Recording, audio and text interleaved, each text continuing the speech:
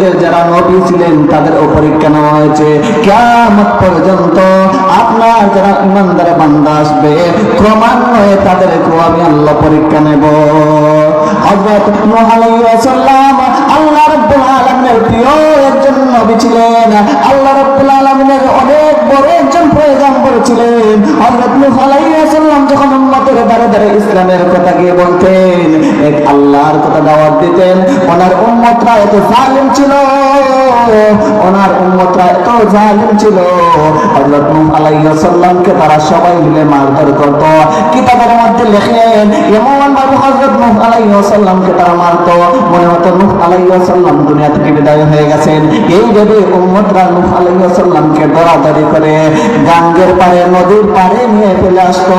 আবার জিবরাইল আলাইহিস সালাম আসতেন, জিবরাইল আলাইহিস সালাম এসে ডাক্তারি করতেন, আবার আগের মতো নূহ আলাইহিস সালামকে সুস্থ করে দিতেন। নূহ আলাইহিস সালাম সুস্থ হয়ে বলতেন, ভাই জিবরাইল আজকে আমি কি করব, আজকে আমার দায়িত্ব দিয়ে আল্লাহ রাব্বুল আলামিন আজকে আমাকে কি দায়িত্ব দিয়েছেন।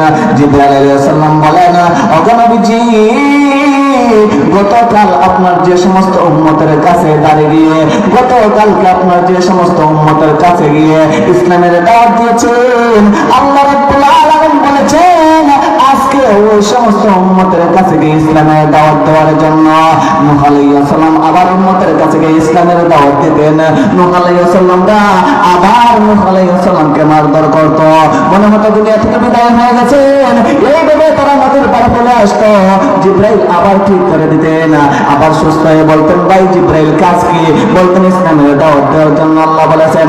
আবার উম্মতের কাছে গিয়ে ইসলামের দাওয়াত দিতেন, আবার তারা মারধর করত।